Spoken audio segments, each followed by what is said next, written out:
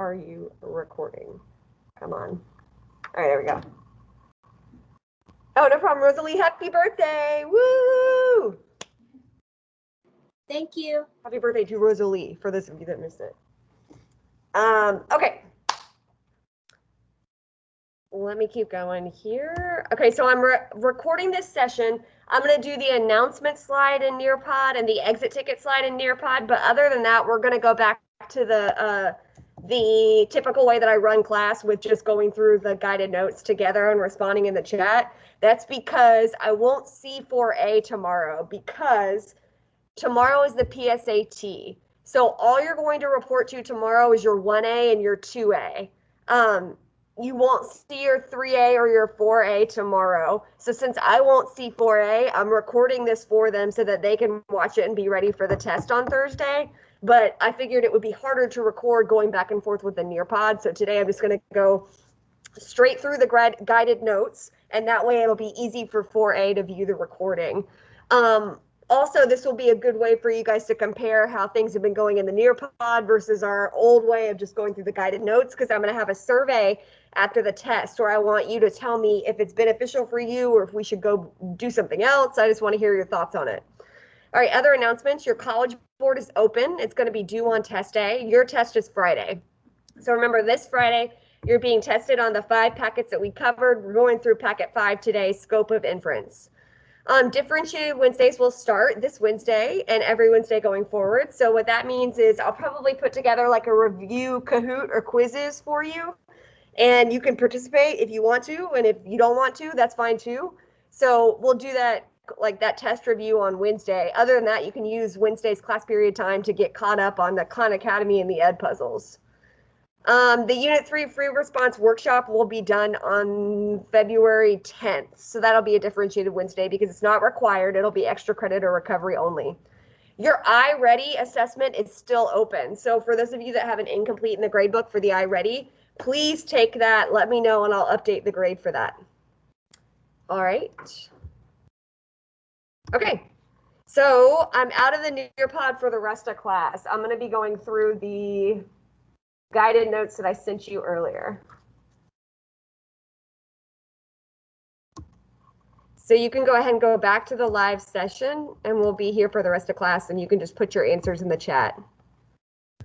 All right, so this is our last packet. This is kind of like a big summary packet, and there's really nothing new that you haven't learned before. We're just kind of organizing everything and stamping the learning for this whole unit of collecting data. All right, so scope of inference. Basically, we can make inferences or conclusions, like what I asked you about in the do now, right? Can we make meaningful conclusions?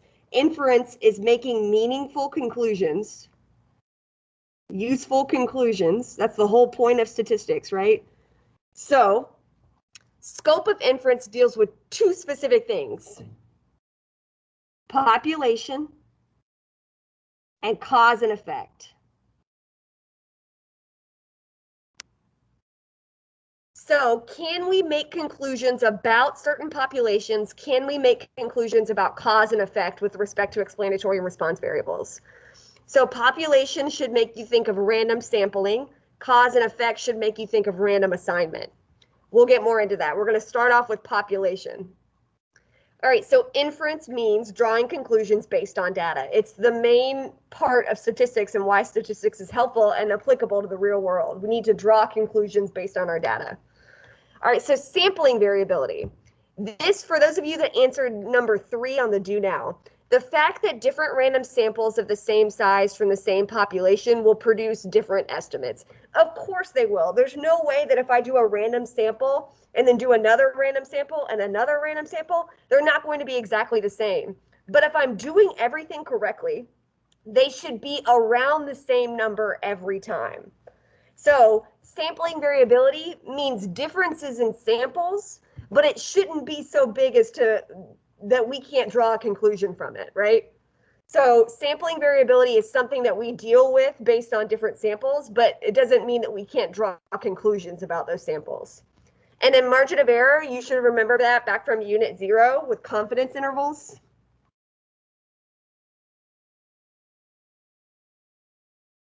Remember, with confidence intervals, we had a point estimate and then we had a margin of error both ways. So I gave you a number from a sample and I said our margin of error was 2. So you added 2 to the number and subtracted 2 from the number to give me a margin of error. So it's an interval of plausible values for the true population value. The true population value. All right, so our main ideas.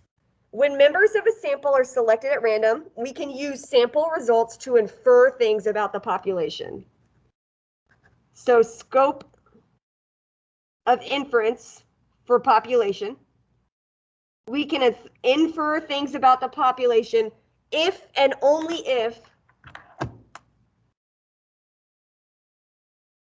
we have random selection, random sampling. Can anybody name the 4 methods of random sampling that we talked about in the chat? Or 1, any method.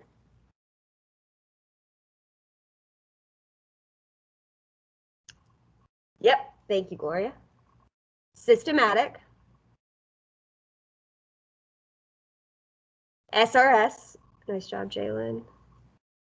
Yep, stratified and cluster. Nice job, you guys.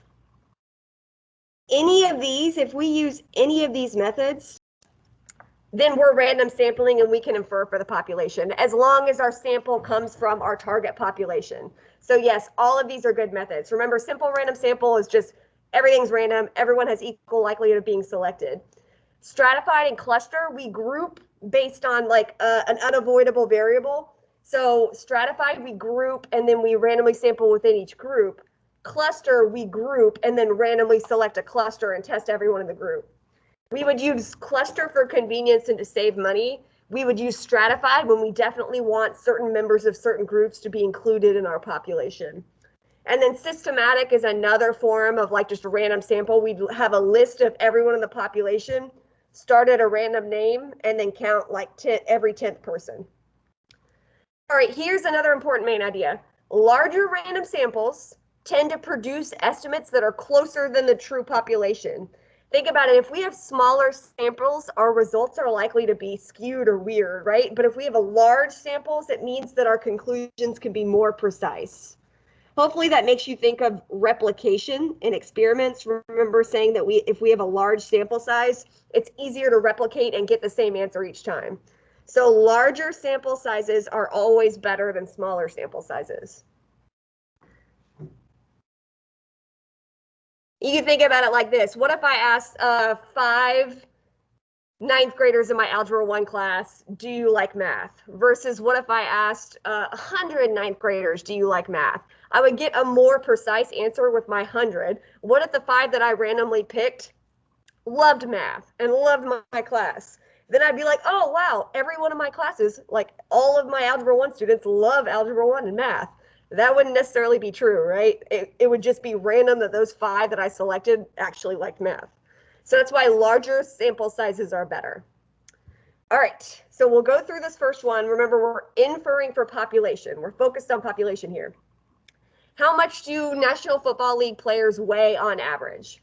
In a random sample of 50 players, the average weight is 244.4 pounds. All right, so what's our target population here?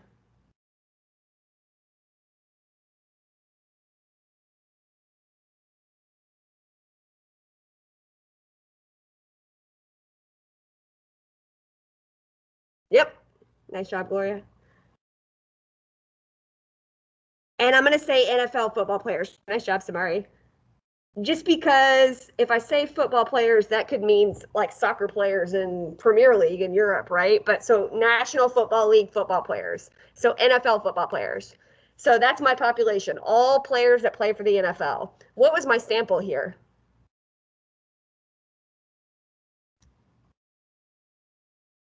Yep, the 50 selected NFL players.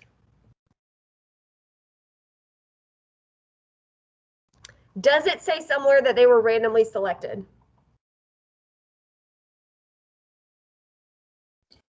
Yes. Oh, I'm sorry, Samari, my sound's down if you guys were trying to talk to me. All right. Yes, it does. And it says it because it says random sample, right? So I know I have random sampling or random selection, which is good. That means I can infer to the population. That means I can generalize my results, generalize back to our population. All right. And then this is a blast from the past with unit 0. I want you guys to think about it. Remember the difference between X bar and P hat? One of them is a sample mean and one of them is a sample proportion. So tell me, do you think that our statistic here is X bar or do you think it's P hat? There's a word that should give you a hint in what I underlined. Yep, nice job, Gloria. It's X bar. That's because it's a sample mean. If it were a sample proportion, like 1 out of every 2 players in the NFL weighs more than 244 pounds, then it would be a P hat. If it were a proportion, but it's a sample mean because it's an average weight. Nice job, Tiana.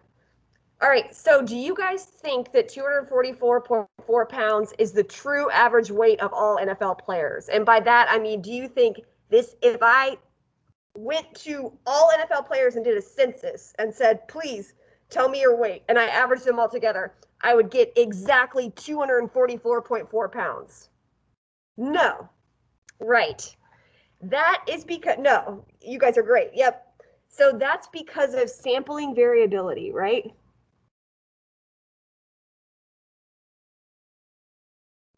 All I can do is do my best guess without doing a true census because census would take a lot of time and effort. My 244.4 pounds, if I did everything correctly and have a large random sample, is going to be pretty close. It's going to be close enough. So no, it won't be the true population, but it will be pretty dang close to the true population number. All right. Which would be more likely to give an estimate close to the true average, a random sample of 50 or a random sample of 100?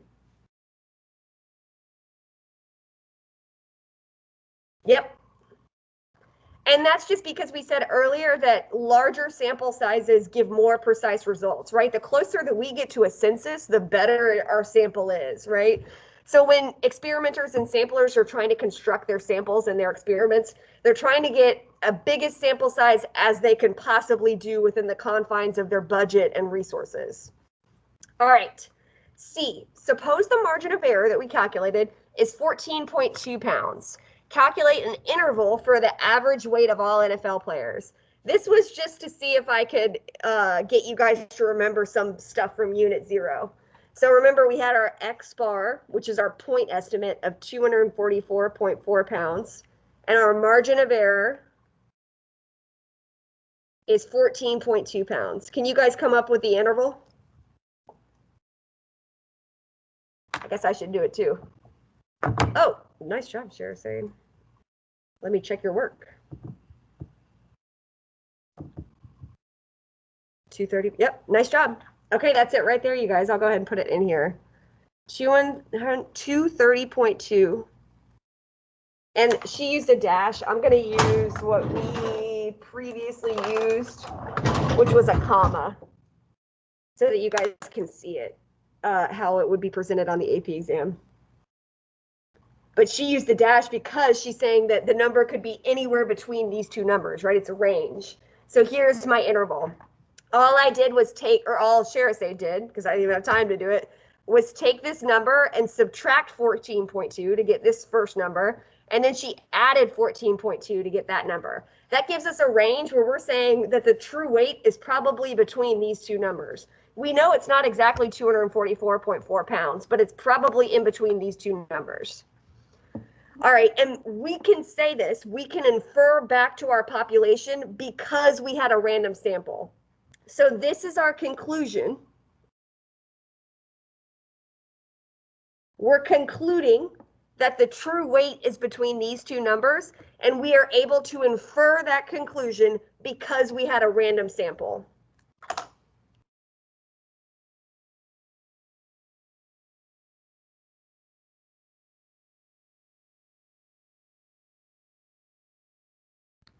So I don't want to get into specifics of like writing out a proper statistical conclusion until we get later in the chapter. I just want you guys to know the big idea here. So the conclusion that we're actually inferring from our data is that the true weight of NFL players is between this number and this number.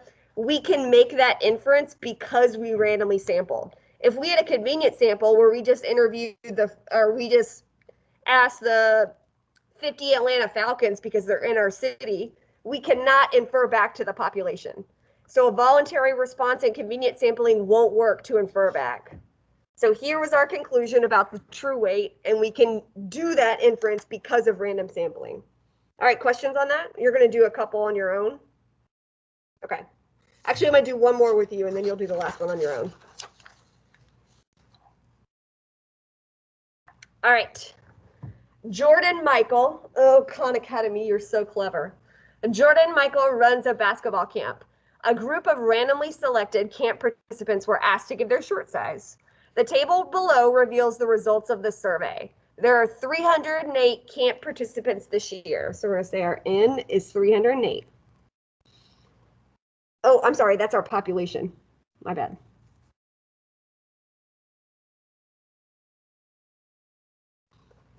Okay. Based on the data, what is the most reasonable estimate for the number of this year's camp participants who will need a medium shirt? All right. Well, I just gave you guys the population. So the population is the 308 camp participants.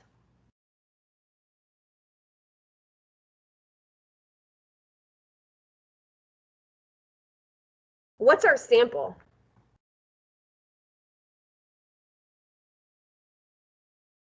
Nice job, Shersay. Where do you get that number?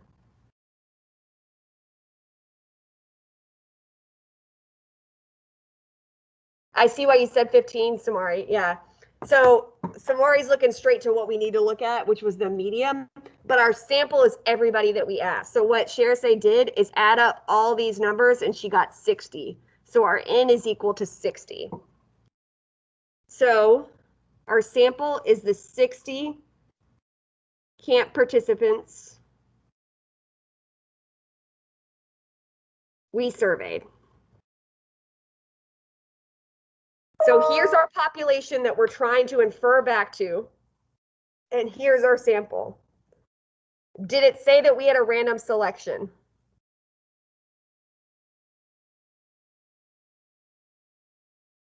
Yes, it said randomly selected, so we're going to assume they did everything right and that our random selection came from our population. So we're good to make an inference about our conclusion. We just got to figure out what the conclusion is. So can we infer? Yes, because of random selection, random sampling, random selection. That's the most important part about whether or not we can infer. Once we know that we can infer, well, then what the heck are we inferring? We need to figure out our conclusion, right? So the next step, tell me, do you guys think this was, and this is a tricky question, so think about it. Do you think our statistic with the medium shirts is going to be an X bar or a P hat? Think about the question that the camp, yes, nice job, Gloria. So if you think about the question that the campers had to answer, they had to answer, what's your shirt size? You can't answer that with a number. You had to say small, medium, large. So you're answering with a category. So you know that categorical data goes with P hat, and we're about to calculate our P hat. Does anyone have any idea how I could calculate the P hat of the medium shirts?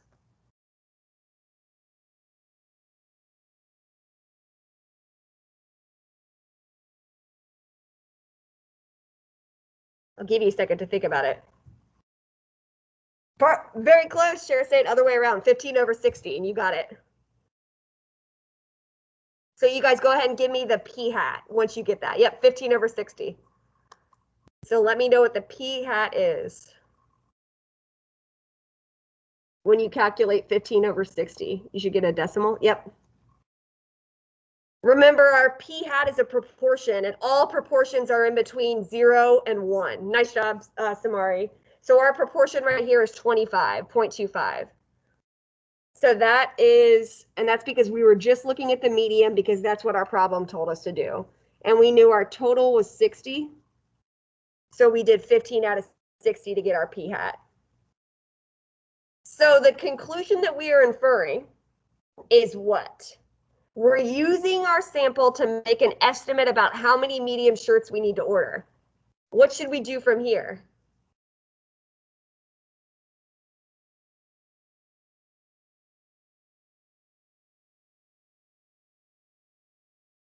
How many medium shirts should I order? Should I order 15? Ah, perfect, Samari. So she did 308. And she did 308 because that's our population, right? The number of camp participants. And she multiplied it by 0.25. When you get that, what do you get?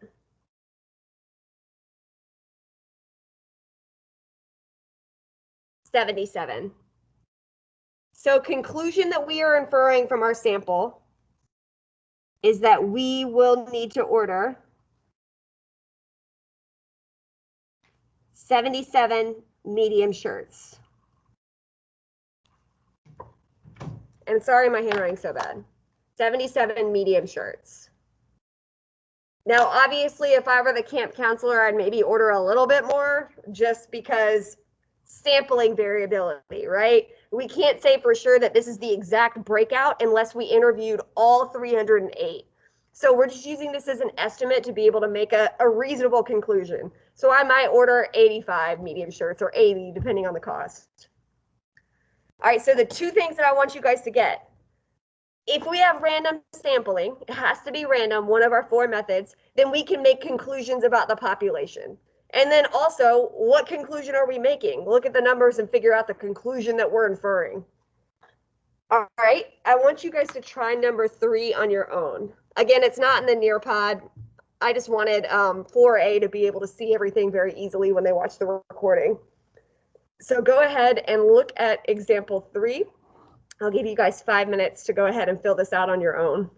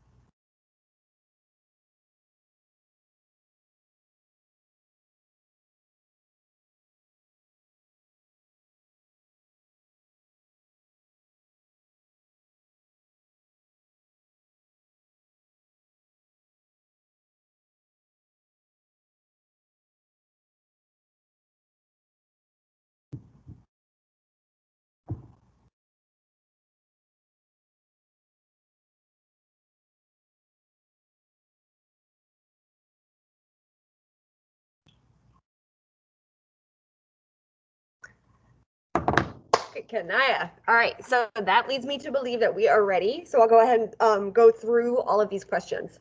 All right, Emmanuel surveyed a random sample of 50 subscribers to Auto Wheel magazine. Of the subscribers they surveyed, 15 owned fewer than 2 vehicles. There are 340 subscribers to the Auto Wheel magazine. Based on the data, what is the most reasonable estimate for the number of Auto Wheel magazine subscribers who own fewer than 2 vehicles? All right, so what's our population in this scenario? Yep, the 300, nice job, you guys. 340 subscribers. All right, what's our sample? The 50 selected, right? 50 subscribers. Bless you. All right, so the 50 subscribers selected. All right, what's our statistic?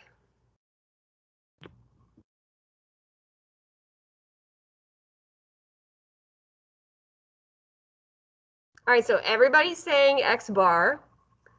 I see why you're saying X bar. But picture your sample. You're calling them up. What's the question you're asking them?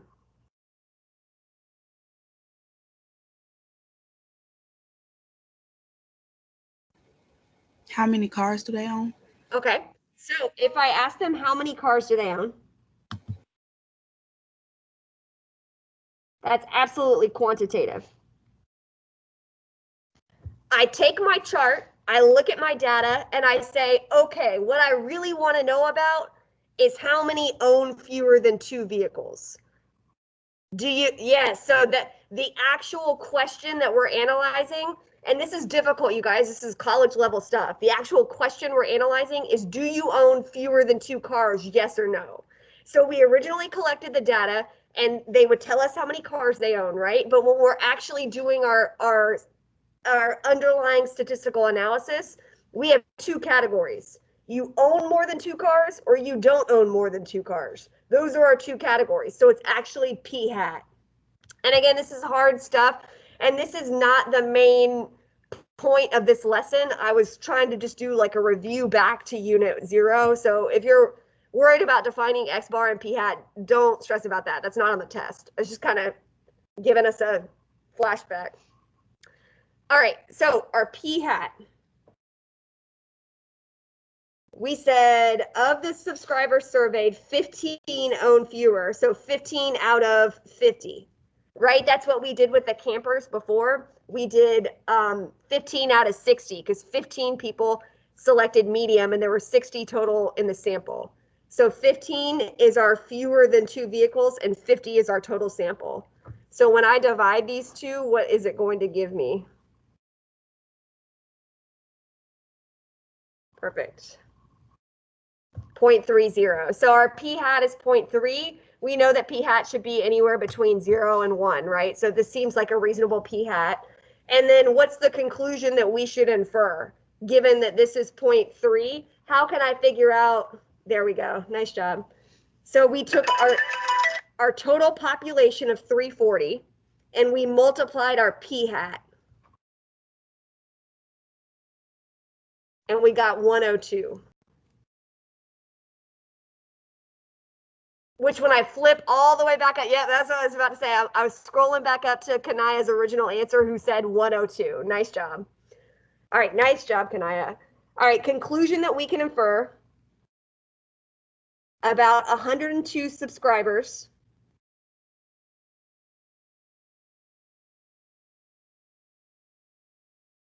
have fewer than 2 vehicles.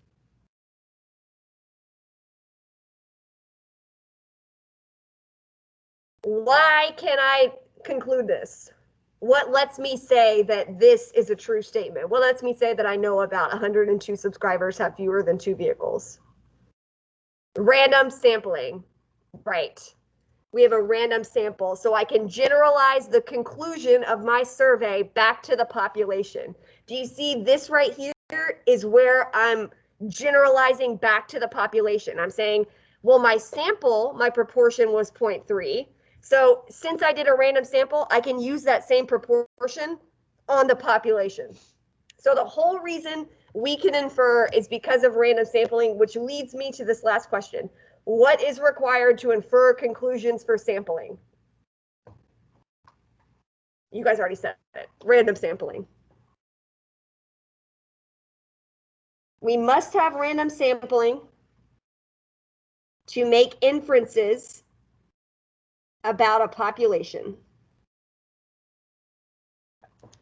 Now, keep in mind our biases that we talked about with respect to sampling. If we do a random sample, but it's not from our target population, we have selection bias, right? So we have all these different things that we need to make sure that we're doing right. But the main thing here is that we can draw a conclusion from our results back to a population because we randomly sampled from that population. All right, questions about that? That was one big main chunk of today was inference for population. Now we're going to do inference for cause and effect, as long as you guys are good with this.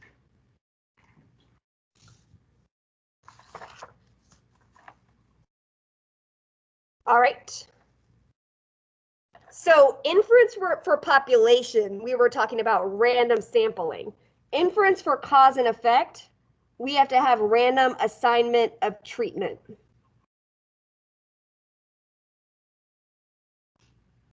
And I put of treatment in parentheses just so you know what we're randomly assigning, but I'm just going to say random assignment from here on out. So random assignment of treatment. All right, so these words should again seem familiar. I'm trying to tie this back into stuff that we talked about back at the beginning of the year, of the school year. Statistically significant. When the observed results of a study are too unusual to be explained by chance alone. So remember, can Joy smell Parkinson's? She smelled all 12 correctly. That can't be explained by chance, right? She can actually smell it. So if you guys remember the p-value, that's what helps us tell if things are statistically significant. We look at the p-value and we compare it to the alpha level or the significance level, right? If the p-value is smaller, the results are statistically significant. If the p-value is larger, then the results are not statistically significant. And again, that's just a review to kind of tie things up. The main part of today is random assignment. We can infer cause and effect. All right, so well-designed experiments should allow for inference of cause and effect, right? That's the whole point of an experiment. If we're not trying to figure out cause and effect, why are we wasting our money and time on this experiment? We should only conclude changes in explanatory variables cause changes in response variable if the results are statistically significant, meaning that my p-value is less than my significance level.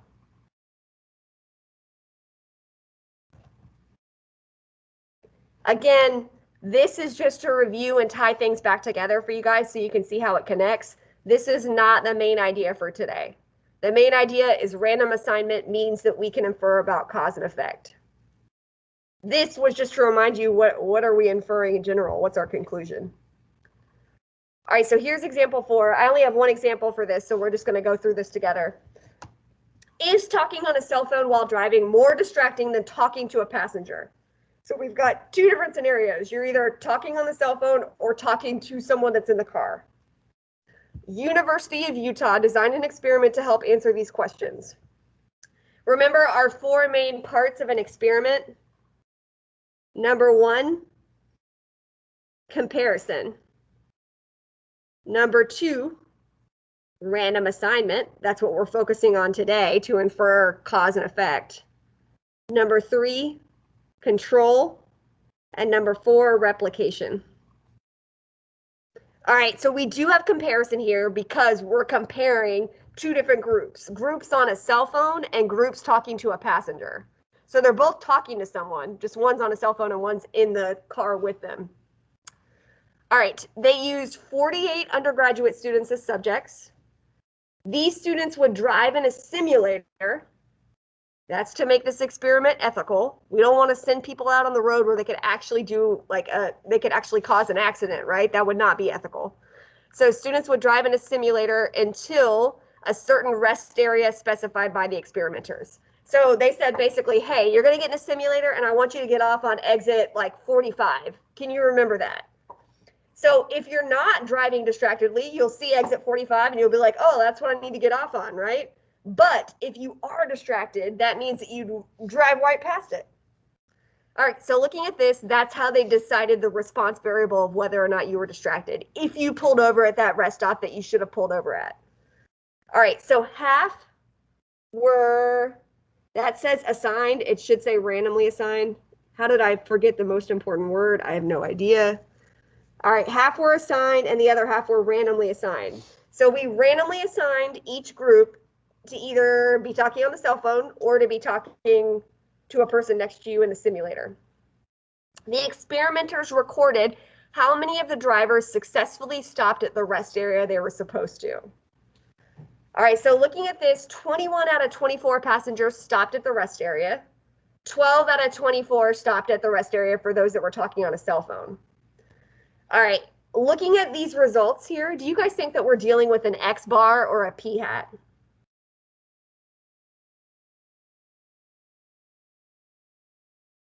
Yes, nice job. P hat, because you either stopped or you didn't stop, right? We're not measuring an average. Great job, you guys. So what's our P hat for the cell phone group? I'll call it p hat 1 and p hat 2. So our oh wait, I'm sorry, for talking to a passenger. The first one, my bad, for talking to a passenger. What'd you guys get?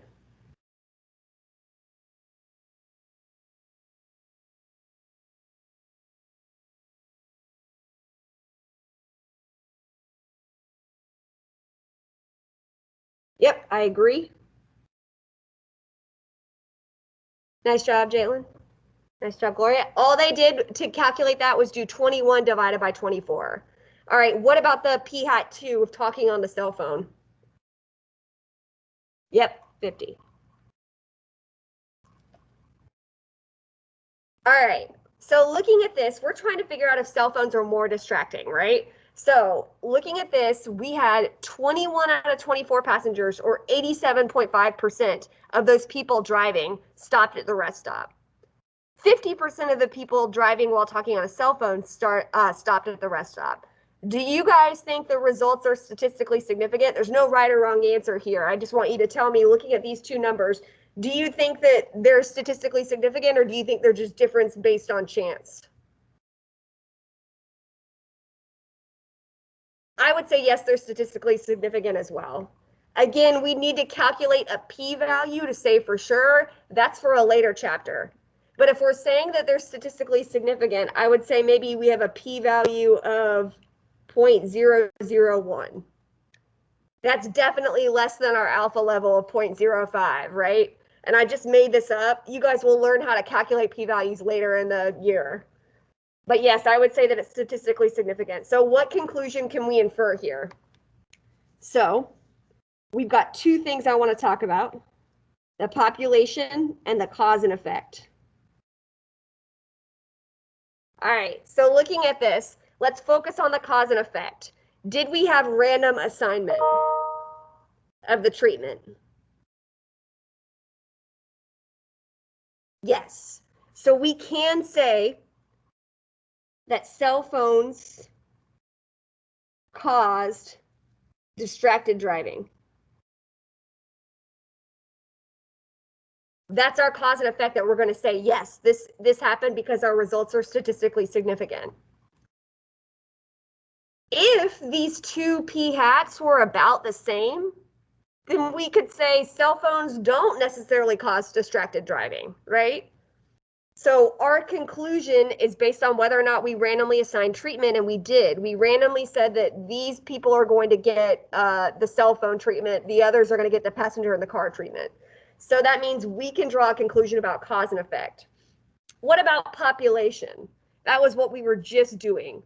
Did we have random sampling of the population?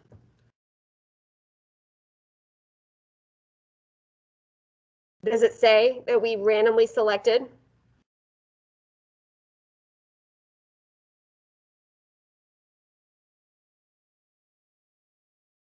No, it doesn't. All it says is that we had 48 undergrads from University of Utah. I can only assume that they're volunteers, because can you imagine getting a phone call saying you've been randomly selected to participate in this experiment? Please report on such and such day to do the experiment. I would be like, are you paying me? Because I've got a job. So experiments rely on volunteers. That's just the ethical way that we have to operate experiments in the real world, because we can't randomly, like if we're trying to draw a conclusion about the adult population, we can't randomly call up people and say you have to be in our experiment. It just doesn't work like that. So we kind of bypass this requirement when it comes to experiments. We say that it's not feasible, so we can draw conclusions about our sample population, meaning that we could probably draw conclusions about undergraduate students in general at college areas or in Utah. So we kind of bypass this and we almost cheat. We say like, well, I guess we don't really need random sampling for experiments because we can't do that. So we need to make a conclusion about something. It's not ethical to have random sampling with experiments because we can't make people do certain treatments, right? Now, if we're doing a survey where we're just asking questions, we definitely need random sampling. All right. So we're going to put everything together here. Scope of inference. Remember, the two big things that we're making inference about or drawing conclusions is we're drawing conclusions about a population and we're drawing conclusions about cause and effect. All right, so the type of conclusion that can be drawn from a study depends on how the data was collected, right? Random selection means that we can infer about the population. Random assignment means that we can infer about cause and effect. If your sample isn't randomly selected, it's not going to be representative of the larger population.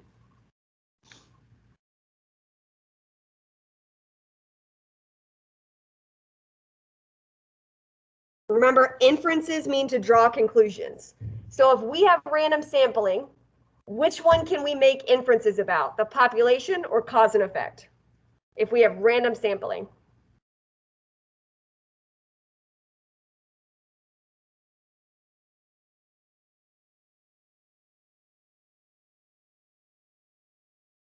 One of these goes with one of these. Yep, nice job.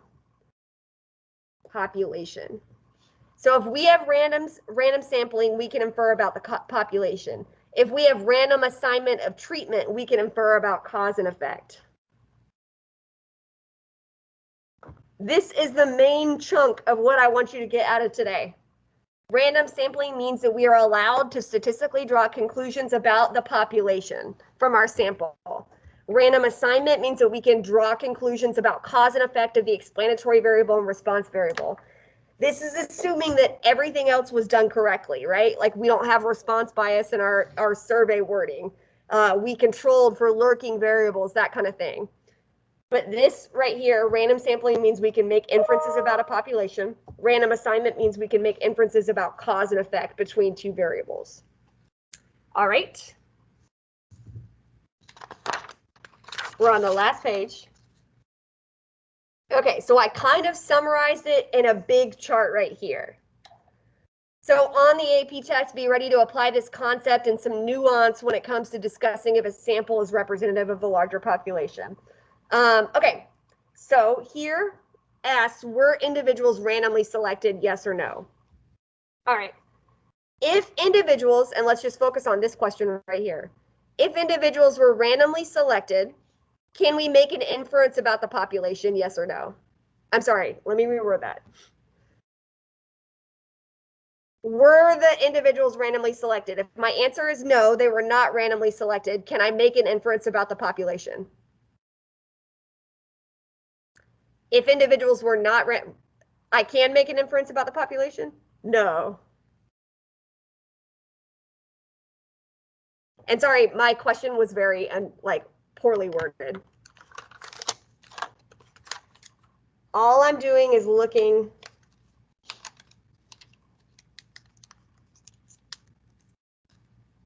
here and here. And again, this chart is just summarizing what you've already told me. Were individuals randomly selected? If yes, they were, then we can infer about the population.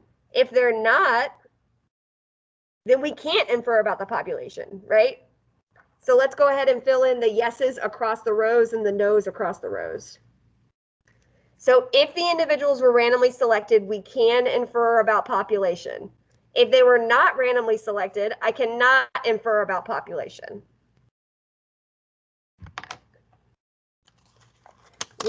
Thanks for showing me I was confusing. Let me take this one column at a time. Now I'm going to look up at the top. It says, were the individuals randomly assigned to groups? Meaning, were they randomly assigned treatment?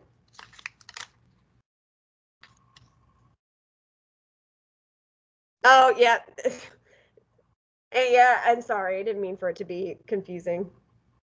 All right, so were the individuals randomly assigned to groups? If my answer is yes, can I make an inference about cause and effect? Yes. So I'm going to go ahead and put yes here and here. All right, if my answer is no, can I make inference about cause and effect?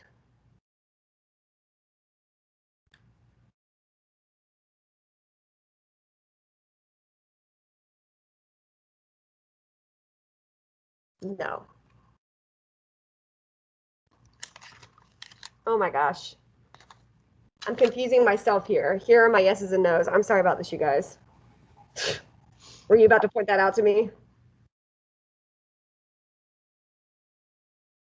Sorry about that, you guys. Sorry. This was my yes column for this question. This was my no. So I put yes and yes here in my yes column. I'm really sorry about that. And I put no and no in my column over here for the no. Sorry. I'll give you a second to get that straight in your notes.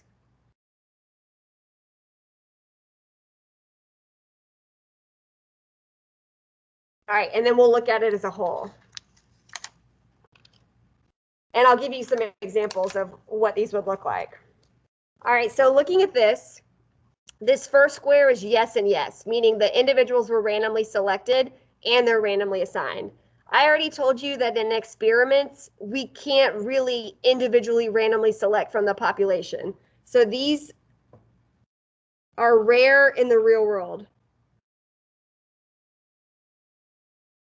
It's a very rare scenario where I have both random assignment and random selection. Because like I said, we're not going to randomly call up people and say, hey, you've been selected to be in our experiment, report here on this day. That doesn't happen. So this would be rare in the real world to have two yeses.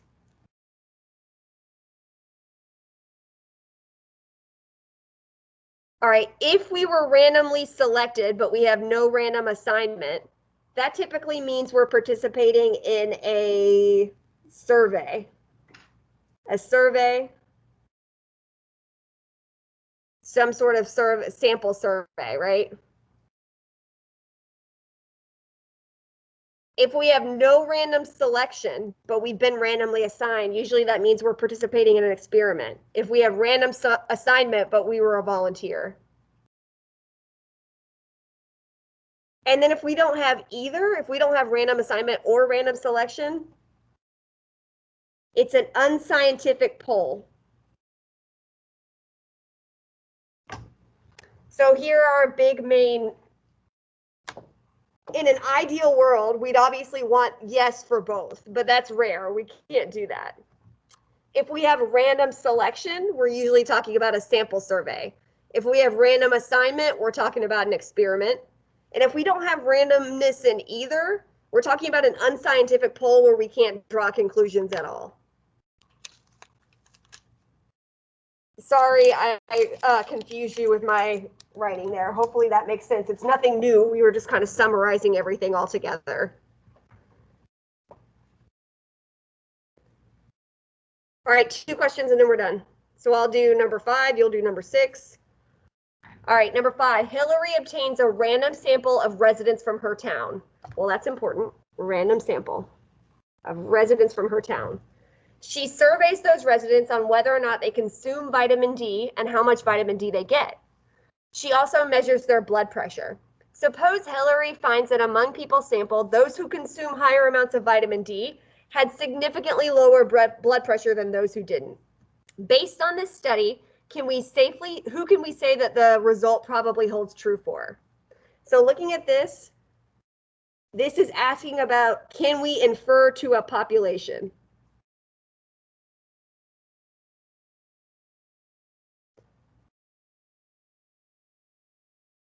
So can we infer to a population here?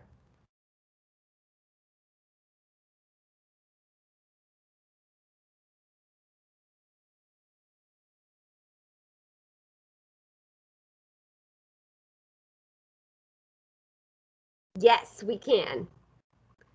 What population can we infer to if we had a random sample? What can we make conclusions about? What population?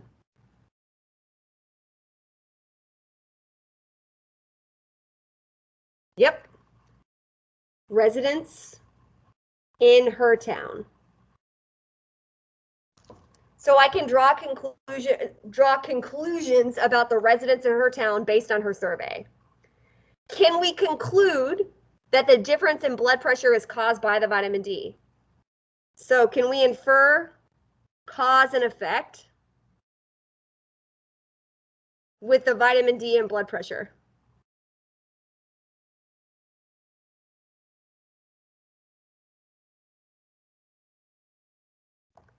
What do you guys think? Can we infer cause and effect about vitamin D and blood pressure?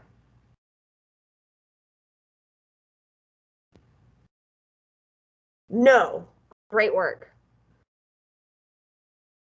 So we said yes for inferring to a population because we had random sampling. We said no down here because there is no random assignment.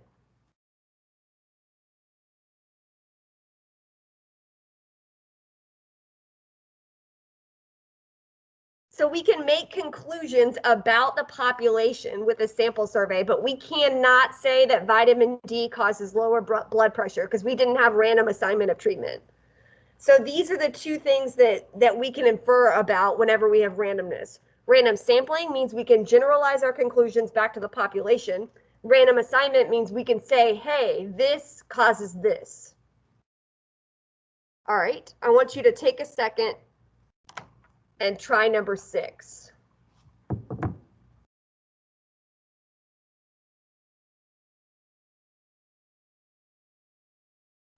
can go ahead and type in the chat when you have an answer for A or B or both.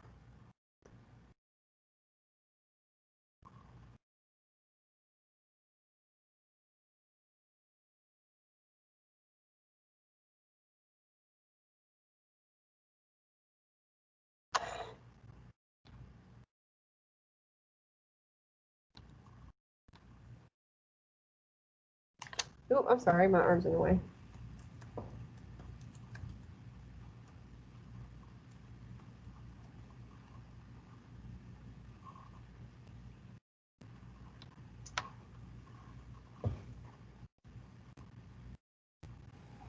Miss Lucas, that was an accident. I didn't mean to submit that. Oh, okay.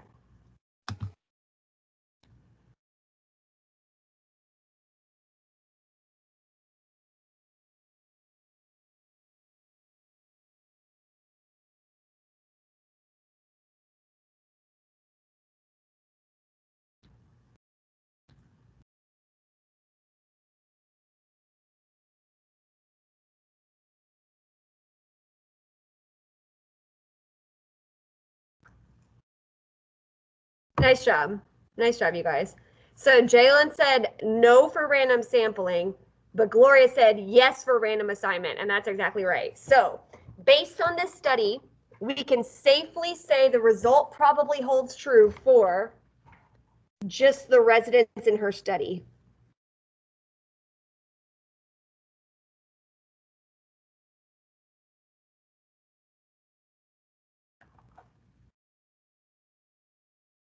That's because we do not have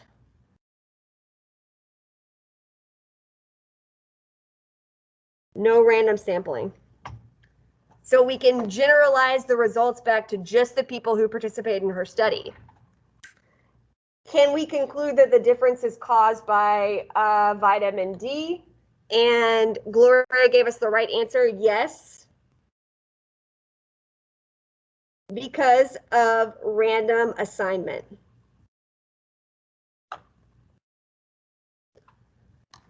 So those are the two main things that I want you guys to pick up today. Inference about populations, and I'm going to type this in the chat. Or you know what, I'm going to make it on a sticky note.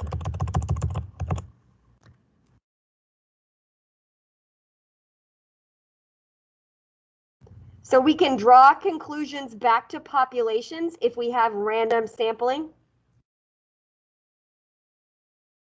We can draw conclusions about cause and effect.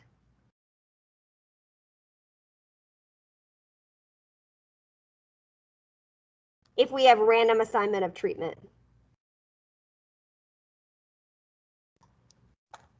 So those are the two main ideas there. Let me go ahead and pull up the exit ticket and just a reminder of your assignments. And I'll come back to this in a second, but I just want to leave this up here. All right, so your exit ticket code is up at the top. Today's assignment, you just have one new ed puzzle. It's not in your account yet. Bear with me. I will have it in there shortly. and there's no new Khan Academies. So here is your total of your Unit 3 assignments that are due on the test day. Remember, this is it. This is all there's going to be that's going to be due by the test day. You've got 8 Khan Academy skills. You've got 4 ed puzzles. You have your Unit 3 College Board multiple choice part A, and you've got that iReady assessment. So these are the outstanding things that are going to go in the grade book on Friday while you guys are taking your test. Other than that, we are done for the live session. And remember, on Wednesday, it's differentiated Wednesday. So I'm going to have like a Kahoot review or a quizzes review that will add extra credit to your test. So you can log in and do that with me if you want to. Other than that, you can use that differentiated Wednesday time to work on these assignments. All right, you guys too. Bye, Kanaya. Bye, you guys.